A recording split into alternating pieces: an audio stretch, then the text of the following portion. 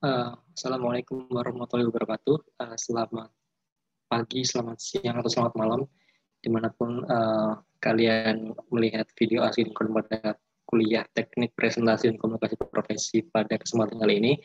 Jadi ini sebenarnya adalah pertemuan terakhir yang sebenarnya kita agendakan, namun kemarin kita tidak bisa melakukan hal ini, maksudnya tidak bisa melakukan pertemuan perkuliahan terakhir dikarenakan bertepatan pada tanggal merah seperti itu. Oke, untuk mengganti itu, maka akan saya ganti kuliah tersebut dengan uh, pertemuan asinkron pada kesempatan hari ini. Oke, seperti yang saya sampaikan di awal ketika perkuliahan, kita akan membahas masalah written communication sama oral communication yang telah kita elaborasi ke beberapa subtopik yang sudah dijelaskan pada kesempatan sebelumnya dan output yang diharapkan dari subtopik tersebut. Misalnya pada pertemuan dulu kita membahas masalah written communication, bagaimana kita membangun komunikasi diri kita, maksudnya personal branding kepada orang lain melalui CV, personal statement dan lain sebagainya, dan outputnya sudah kalian submit. Kemudian kita akan membahas masalah written communication sama oral communication, masalah review substansi jurnal, membuat draft naskah publikasi jurnal nasional terakreditasi, dan lain-lain. Formatnya sudah jelas, gimana cara akses jurnal terakreditasi di website apa, bagaimana cara mendownloadnya, kemudian gimana format-format jurnal itu beda-beda, sehingga kalau kalian pengen submit di jurnal tersebut harus tahu formatnya seperti apa terlebih dahulu. Hal ini sama dengan ketika kalian akan submit di conference maupun baik itu national conference atau international conference seperti itu. Kemudian pertemuan selanjutnya sudah dibahas masalah oral communication. Kalian melakukan simulasi presentasi konferensi ilmiah. Jadi kurang lebih kalau kalian nanti konferensi internasional atau konferensi nasional, kurang lebih nanti timelinenya akan seperti itu. Jadi sebenarnya untuk waktu berbicara ada durasinya sebenarnya. Jadi pembicara itu ketika kalian presentasi makalah kalian di hadapan audiens, seperti itu, di hadapan moderator conference itu sekitar 15 menit. Jadi kayak sidang akhir skripsi gitulah, istilahnya seperti itu. Cuma nanti pertanyaannya yang akan ngasih Q&A adalah audiens yang datang pada di ruangan tersebut. Kan nanti ruangannya beda-beda kan. Tiap ruang kan ada subtopik sendiri. Jadi misalnya ada conference besar misalnya. Itu dalam bidang teknik sipil. Itu kan nanti cabangnya banyak kan. Teknik sipil hidro, transport, geotek, struktur, dan lain-lain. Nah, kemudian kalau misalnya topiknya hidro, itu pun akan terpecah lagi. Entah itu hidrologi, hidrolika, dan lain-lain. Itu tergantung nanti topik paper kalian seperti apa. Nah, nanti kurang lebih dalam satu room itu, satu ruangan, itu ada sekitar 5-6 presenter, nanti sekitar 15 menit untuk presentasinya. Habis itu Q&A. Dalam sesi Q&A sebenarnya itu juga nanti tergantung sama audiens, apakah ada yang bertanya untuk paper kalian apa enggak. Itu nanti tergantung apa istilahnya, tergantung situasi kondisinya juga sebenarnya.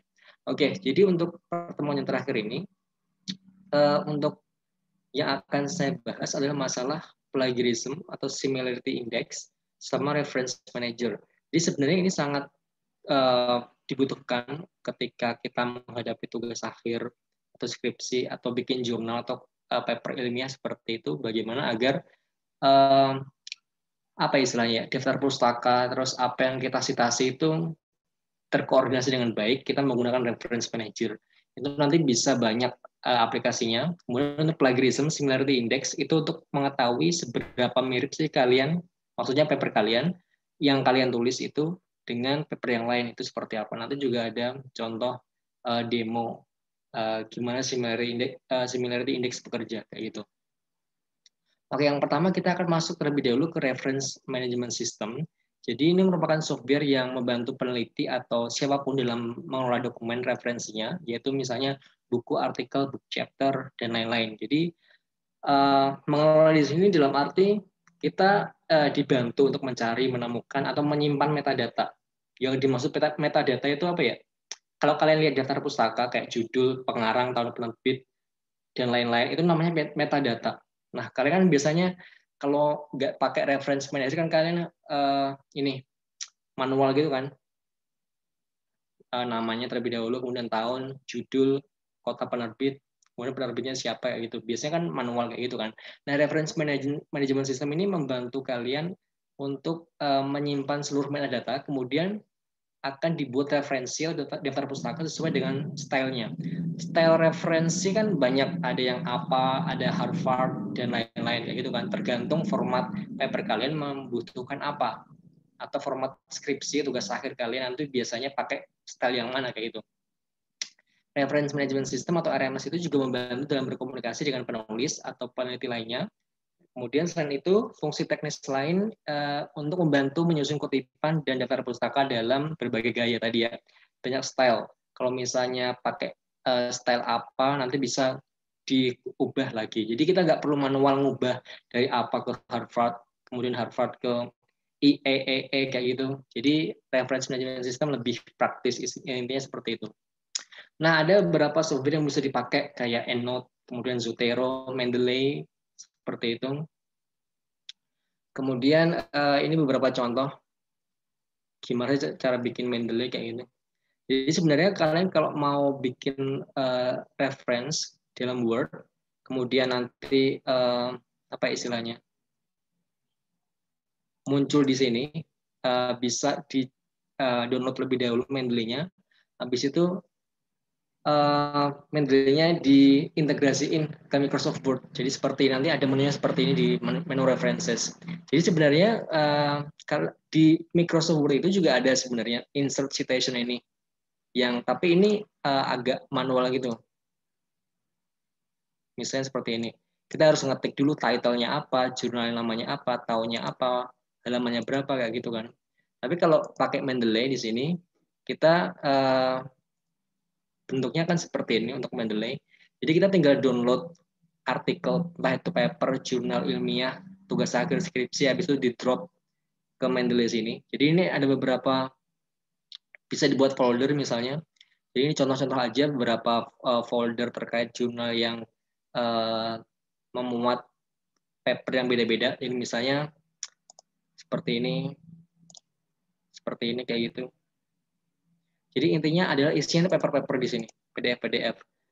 Nah, dari paper-paper ini kita udah tahu di sini ada tipe jurnalnya, jurnal artikel, ini judulnya, ini autorsnya, ini ada tahun, dan seterusnya kayak gitu. Jadi setelah kita misalnya udah download semua yang kita butuhkan untuk referensi misalnya dalam suatu paper yang kita inginkan, baru kita masuk ke Microsoft Word untuk bikin sesuatu kayak gitu. Jadi misalnya apa ya contohnya? Contoh membuat referensi menggunakan Mendeley. Jadi kalau udah terintegrasi ya antara Word sama Mendeley itu akan gampang. Jadi misalnya seperti ini. Kita pengen buat kalimat banjir merupakan kejadian yang merugikan masyarakat.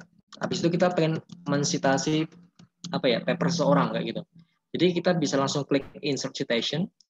Jadi misalnya kita udah tahu judulnya papernya tadi apa, tinggal di klik aja. Misalnya dari sini. Misalnya kalian mensitasi lebih dari satu paper misalnya. Seperti ini, kemudian oke. Nah, ini kan angka kan. Nah, ini sebenarnya stylenya adalah IEEE. Ini style yang kita gunakan sekarang. Karena ada banyak sebenarnya, nanti tergantung paper kalian pengennya seperti apa. Karena ada yang apa, 6th edition, kemudian ada Harvard, ada Nature, dan lain-lain. Kayak gitu. Nah, misalnya seperti ini ya, banjir merupakan kejadian yang merugikan masyarakat. Kemudian cara menganalisis banjir bisa menggunakan metode Nakayasu. Kita misalnya pengen citasi paper Nakayasu. Jadi kita perlu download terlebih dahulu banyak jurnal terkait paper-paper yang menganalisis banjir dengan metode Nakayasu. Apa aja kayak gitu.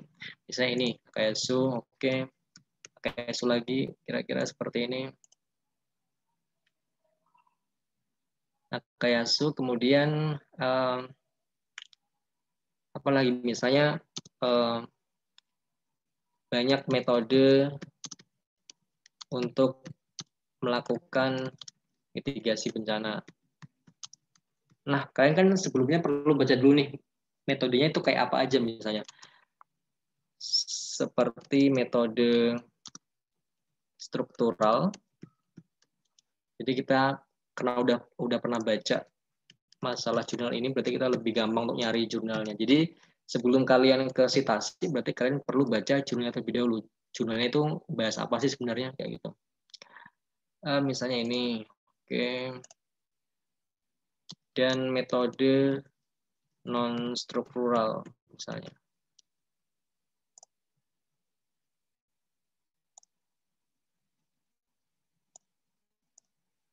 Nah, kayak gini, misalnya seperti ini.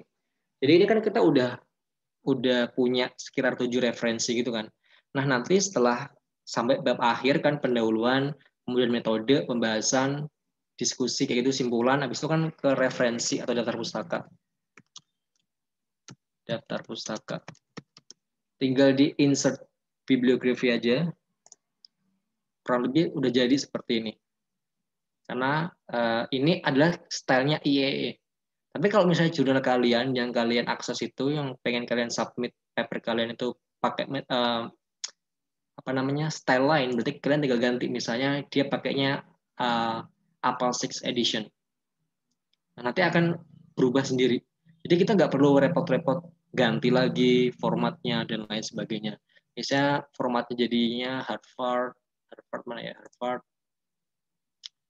Nah kan beda lagi. Misalnya apa lagi? IEE kurang lebih seperti itu. Dia kegunaan dari reference manager adalah untuk memudahkan kita sebenarnya, karena kalau nanti kita udah submit paper itu kan biasanya ganti-ganti format gitu kan, maksudnya ketika tugas akhir formatnya beda, ketika harus submit ke jurnal formatnya beda, ketika submit ke conference formatnya beda. Jadi dengan adanya reference manager ini lebih memudahkan kita, jadi kita nggak perlu repot-repot harus kayak ngetik ulang kayak nama, kemudian judul dan seterusnya. Kan format beda, maksudnya style beda kan, formatnya beda kan. Jadi misalnya ini IEE seperti ini. Kalau diganti ke APA 6 Edition, APA 6 Edition masih seperti ini. Gini kan. Jadi lebih untuk memudahkan kita aja sebenarnya kalau kita berbicara masalah reference manager. Kurang lebih seperti itu. Jadi itu untuk Mendeley. Sebenarnya ada lagi kayak Zotero, kemudian EndNote, itu juga sama sebenarnya. Kurang lebih fungsinya akan sama seperti itu. Nanti kalau misalnya kalian pengen mengakses lebih lanjut gimana cara downloadnya, bisa langsung di update di sini. Jadi library-nya UGM menyediakan akses gimana cara untuk download Mendeley dan lain-lain kayak gitu. Oke, jadi tadi untuk dapatnya jurnal-jurnal tadi itu dari mana aja, itu sebenarnya juga ada banyak, udah disediakan di library-nya UGM, di websitenya perpustakaan UGM kayak Science Direct, Scopus, Progress, dan lain-lain. Ini sebenarnya database-nya itu sama kayak ketika kemarin kita nyari jurnal terakreditasi lewat Sinta gitu kan. Cuman ini lebih ke international audience, jadi lebih ke jurnal internasional, paper-paper yang berbahasa Inggris. Itu biasanya lebih terakreditasinya di sini kayak gitu. Kurang lebih nanti caranya kayak gitu. Oke, kita masuk ke pembahasan yang kedua, masalah similarity index. Oke, untuk password ini ya, password apa itu? Password presensi pada pertemuan kali ini, pertemuan terakhir ini adalah ini aja Mendeley Zotero, Zotero, EndNote. Oke, itu ya, Mendeley, Zotero, EndNote tanpa spasi. Mendeley, Zotero, EndNote. Oke, kita masuk ke pembahasan yang terakhir, similarity index. Jadi ini hanya satu slide aja. Jadi apa sih similarity index itu? Jadi kan sebenarnya kalau kita pengen sidang, kalau di DTS sekarang kan udah ada peraturan bahwa kita tidak boleh melebihi sekian persen. Jadi kalau masih di atas sekian persen, kita perlu mengedit lebih dahulu tulisan kita sebelum kita bisa sidang akhir kayak gitu. Jadi plagiarisme itu biasanya merupakan masalah etika, tetapi bisa juga berubah menjadi masalah hukum tergantung situasinya. Jadi meskipun seorang yang melakukannya tidak dapat dikenakan tindakan hukum untuk menjiplak konten, meskipun mereka pasti akan bertanggung jawab, ini tidak demikian bagi penerbit.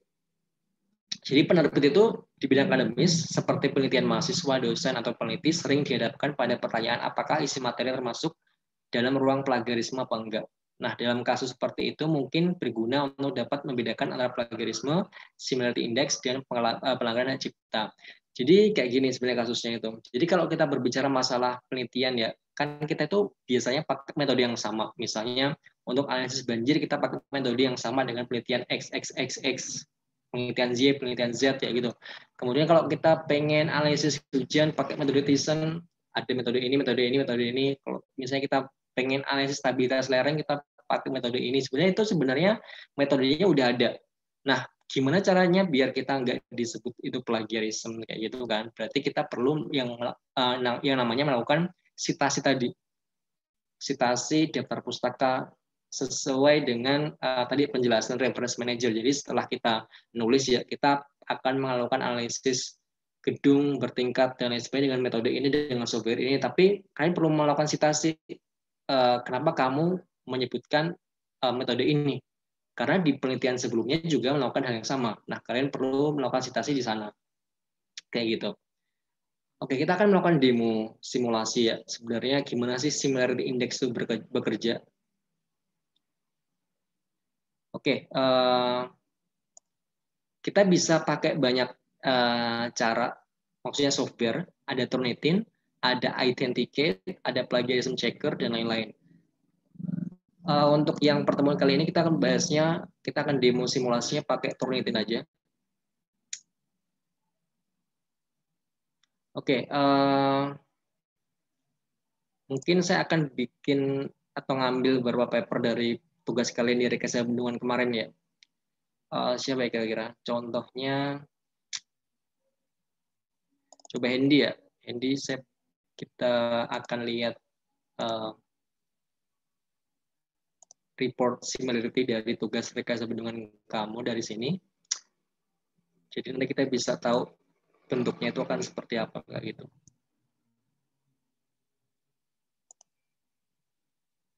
Oke, udah terdownload. Jadi kita akan masuk ke Turnitin. Kita akan submit tadi punya Hendy. Hendy rekayasa bendungan.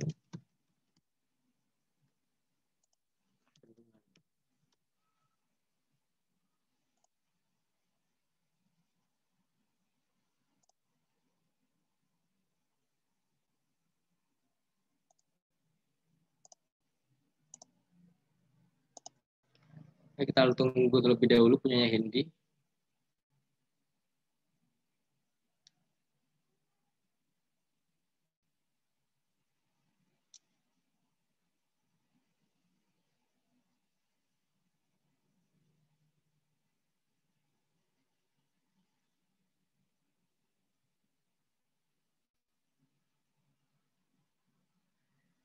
Biasanya butuh beberapa menit, beberapa waktu untuk memproses sampai tersubmit di sistemnya Turnitin. Nah, ini udah tersubmit, kita confirm. Habis ini kita akan nunggu assignment box-nya. Kira-kira ini dapatnya berapa gitu. Misalnya kita akan coba yang lain lagi misalnya. Selain punya Hendy siapa ya? Kita coba Brilliant. Oh, Dirar, itu agak lama ya. Punya Dewi Mustikawati nih, coba. Oke. Kita coba download. Satu lagi, jadi 3 paper contohnya. Dewi, kemudian siapa ya? Afifah, kita coba Afifah ya.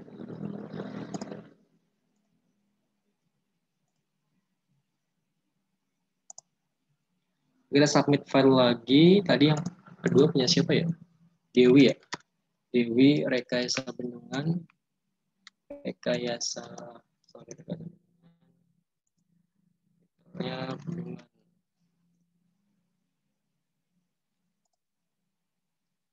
Dewi Mustikawati, kita submit, upload. Jadi sebenarnya Turnitin atau software plagiarism checker itu sebenarnya adalah alat untuk mengetahui kemiripan kita dengan teks lain. Jadi sebenarnya kita itu nggak ngerti. Maksudnya adalah kita nggak bisa menentukan apakah dia itu plagiat apa enggak. Jadi sebenarnya Turnitin atau Authenticate seperti itu adalah suatu alat yang untuk mendeteksi kemiripan artikel kita dengan orang lain, jadi dengan paper lain seperti itu. Nah, dari papernya si Hedi tadi, ini ada 16% similarity indeksnya. Jadi normalnya itu udah di bawah 20% harusnya. Baiknya seperti itu.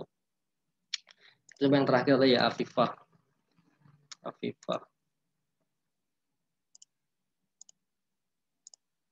Sorry, rekayasa.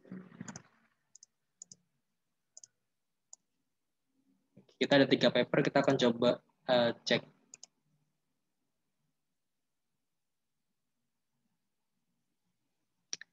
Jadi tadi ya, similarity index berarti adalah indeks kemiripan, bukan indeks plagiasi. Jadi kita nggak bisa menentukan apakah paper kalian itu terindeks plagiat apa enggak dengan paper yang lain, tapi similarity software ini bisa membantu kita untuk mengetahui apakah apa ya istilahnya paper kita mirip dengan yang lain apa enggak, kayak gitu. Oleh karena itu, karena ini hanya alat yang similarity index, berarti ada celah-celah untuk apa istilahnya dikibulin. Karena beberapa tugas akhir di beberapa kasusnya mahasiswa itu juga pernah ada yang hanya apa istilahnya ya, gimana cara mereka agar Turnitin nggak bisa ngedetect bahwa ini mirip dengan beberapa yang lain kayak gitu. Jadi yang dinamakan dengan Turnitin ini berarti tergantung yang upload ya, yang mengupload papernya ini dengan ya kita perlu ada rasa kejujuran, ada rasa integritas bahwa yang kita tulis itu bisa dipertanggungjawabkan, nggak plagiat kayak gitu. Kayaknya udah dapat jadi dari Hendy tadi keluar 16%, kemudian tadi Dewi Muskawati keluar 31%. Kita cek, kita tunggu punya Afifah 14% kayak gitu. Nah, kira-kira di mana sih yang dinamakan similarity index-nya ini? Kita akan cek punya Afifah terlebih dahulu 14%. Di mana kira-kira? Nah, ini yang di garis merah ini adalah terdeteksi mirip dengan paper yang lain. Nah, kalau gini kan susah biasanya. Stabilitas dan rembesan. Karena banyak sekali jurnal atau paper atau skripsi yang punya judul yang sama kayak gitu. Sehingga agak susah juga untuk menentukan gimana cara membuat similarity index kita kecil kayak gitu. Oke, apa lagi ya? Ini juga mirip dengan yang lain, paper lain maksudnya. Kemudian yang ini, the master plan of water resource, ini kan warna hijau. Ini kan judul apa ya namanya? Judul report gitu kan. Cuman di sini dia terindikasi mirip kayak gitu. Cuman di beberapa case seharusnya yang apa namanya ya? Investigator atau yang ngecek kemiripan ini perlu cek bahwa ini udah di tanda petik 2. Jadi sebenarnya bisa diindikasikan bahwa ini masih bisa ditoleransi, jadi bisa dihapus sehingga similarity index-nya bisa turun kayak gitu. Kemudian apa lagi? Nah ini kayak gini tujuan penulisan. Ini kan sebenarnya adalah hal-hal yang general ditulis oleh mahasiswa ketika nulis tugas akhir kan. Misalnya tujuan penulisan laporan ini adalah sebagai berikut. Kemudian ketika dicek di Turnitin, oh kok banyak yang sama. Ternyata yang kayak gitu banyak yang sama. Kayak gini ini judul ini kan sebenarnya adalah ya emang judul dari paper gitu kan. Kenapa ini bisa di-highlight seperti ini? Karena mirip tadi, kayak bendungan Urugan. Kalau kayak teori-teori seperti ini, berarti kita perlu misalnya yang seperti ini ya, kita perlu menulis ulang dengan bahasa kita sendiri, entah itu di-update atau ditambah kalimatnya seperti apa, agar inti kalimatnya masih sama, tapi dengan bahasa yang berbeda kayak gitu. Kurang lebih seperti ini. Terus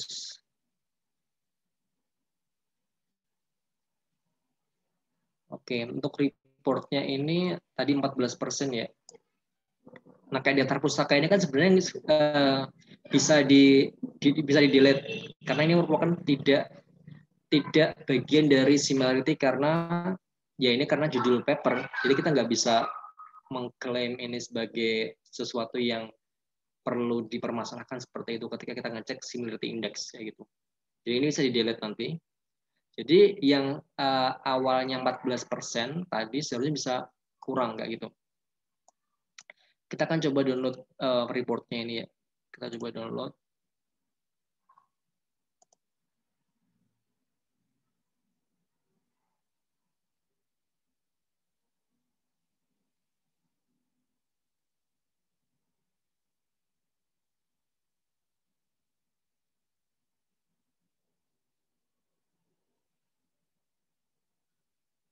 Mungkin beberapa waktu kita perlu nunggu bentar. Jadi tadi untuk yang Hendy sama Dewi juga kurang lebih akan sama seperti ini kasusnya. Kayak gitu. Kita akan coba cek tadi punya Afifa ini. Jadi kurang lebih nanti reportnya akan seperti ini. Jadi kalian akan mendapatkan report kurang lebih seperti ini. Nanti di bagian akhir ada presentasenya. Itu apa aja. Nah, ini 14%. Jadi 13% dari internet, 14% publikasi, 2% studi papers. Ini beberapa persentase yang dimaksud kayak gitu. Nah, karena ada beberapa hal yang perlu diperhatikan di notice, jadi tergantung sama investigator dari Turnitin itu. Jadi nanti bisa delete, bisa di delete, sehingga nanti similarity index-nya bisa kurang. Jadi itulah kenapa ketika kita udah dapat similarity index kayak gitu, berarti kita perlu cek terlebih dahulu kira-kira yang dimaksud atau yang di highlight sama Turnitin itu apa aja sih. Kalau misalnya kayak judul kayak gitu, berarti kan masih bisa di delete. Kalau misalnya seperti ini mungkin perlu diubah bahasanya kayak gitu. Kurang lebih seperti itu untuk kerja Turnitin atau similarity index kayak gitu ya. Oke, teman-teman semua, saya pikir itu yang bisa saya sampaikan pada kesempatan kali ini terkait reference manager dan similarity index. Jadi ini adalah hal yang penting untuk diperhatikan karena akan bisa membantu kita untuk memanage atau mengelola daftar pustaka kita, daftar citasi kita, dan juga bisa mengecek seberapa mirip paper kita dengan paper yang lain kayak gitu. Mungkin seperti itu. Jadi nanti untuk tugas dan lain-lain, kalau misalnya, jadi perlu didiskusikan dengan tim teaching terlebih dahulu, apakah nanti ada UTS, UAS, ataupun yang semacamnya yang perlu dilakukan setelah ini, akan diinformasikan kemudian. Jadi untuk yang pertemuan kali ini, kita hanya akan membahas masalah ini aja, similarity index dan reference manager, kayak gitu. Jadi kalau misalnya ada pertanyaan terkait ini, bisa disampaikan di grup WhatsApp. Nanti akan coba saya respons sesuai dengan kapasitas yang saya punya seperti itu. Oke, kalau seperti itu saya mungkin bisa cukupkan pertemuan kita pada kesempatan kali ini. Kurang lebihnya dari saya mohon maaf. Wassalamualaikum warahmatullahi wabarakatuh.